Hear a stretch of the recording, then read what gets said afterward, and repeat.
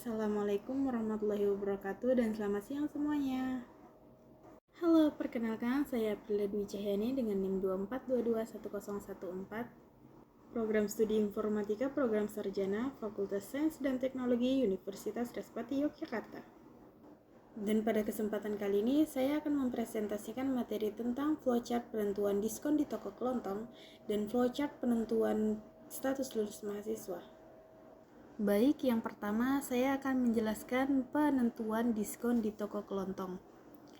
Tujuan dari program flowchart penentuan diskon di toko kelontong ini adalah untuk menentukan berapa besar diskon yang didapat oleh pelanggan berdasarkan total belanja yang mereka lakukan.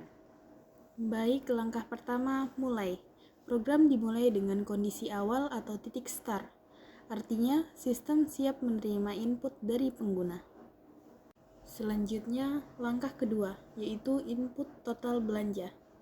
Pada tahap ini, pengguna atau kasir memasukkan jumlah total belanja pelanggan, yang artinya nilai ini akan digunakan untuk menentukan apakah pelanggan mendapatkan diskon atau tidak.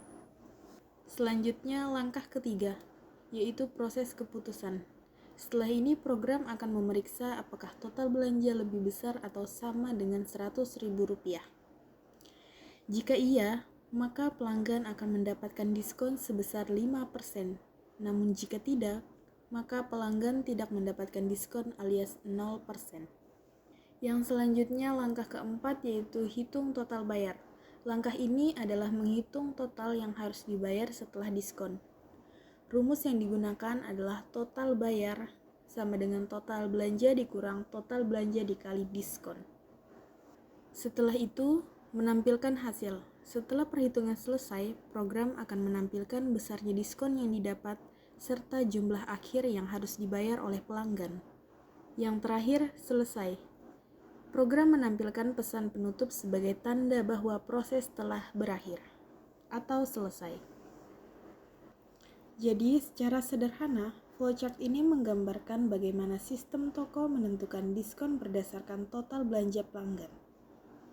Dengan alur seperti ini, proses transaksi menjadi lebih cepat, otomatis, dan efisien. Yang selanjutnya, flowchart penentuan status lulus mahasiswa. Tujuan dari flowchart ini adalah untuk menentukan apakah seorang mahasiswa dinyatakan lulus atau tidak lulus berdasarkan nilai yang diperolehnya. Langkah pertama yaitu simbol mulai. Simbol ini menunjukkan bahwa program atau proses penentuan status mahasiswa telah dimulai. Yang selanjutnya, langkah yang kedua yaitu input nilai mahasiswa. Sistem meminta pengguna untuk memasukkan nilai mahasiswa. Nilai ini nantinya akan menjadi acuan untuk menentukan status kelulusan mahasiswa.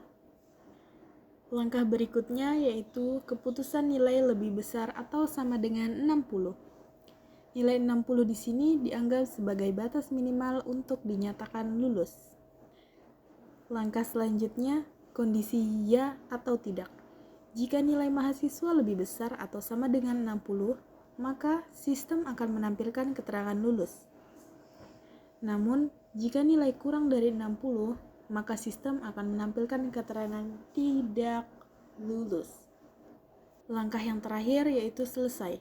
Setelah hasil ditampilkan, program berakhir pada simbol selesai yang menunjukkan bahwa proses sudah berakhir. Jadi, secara singkat, flowchart ini menggambarkan proses sederhana untuk menentukan kelulusan mahasiswa berdasarkan nilai ujian. Jika nilainya di atas 60 atau lebih, mahasiswa dinyatakan lulus. Jika tidak, atau di bawah 60, maka mahasiswa tidak dinyatakan lulus. Flowchart ini membantu agar proses penilaian menjadi lebih sistematis dan mudah dipahami. Demikianlah penjelasan saya mengenai flowchart penentuan diskon di toko kelontong dan penentuan status lulus mahasiswa. Saya harap penjelasan ini dapat memberikan pemahaman yang jelas tentang bagaimana sebuah flowchart bekerja dalam menentukan hasil keputusan. Terima kasih banyak atas perhatian teman-teman dan Bapak Ibu dosen yang telah menyimak sampai akhir. Saya tutup. Wassalamualaikum warahmatullahi wabarakatuh.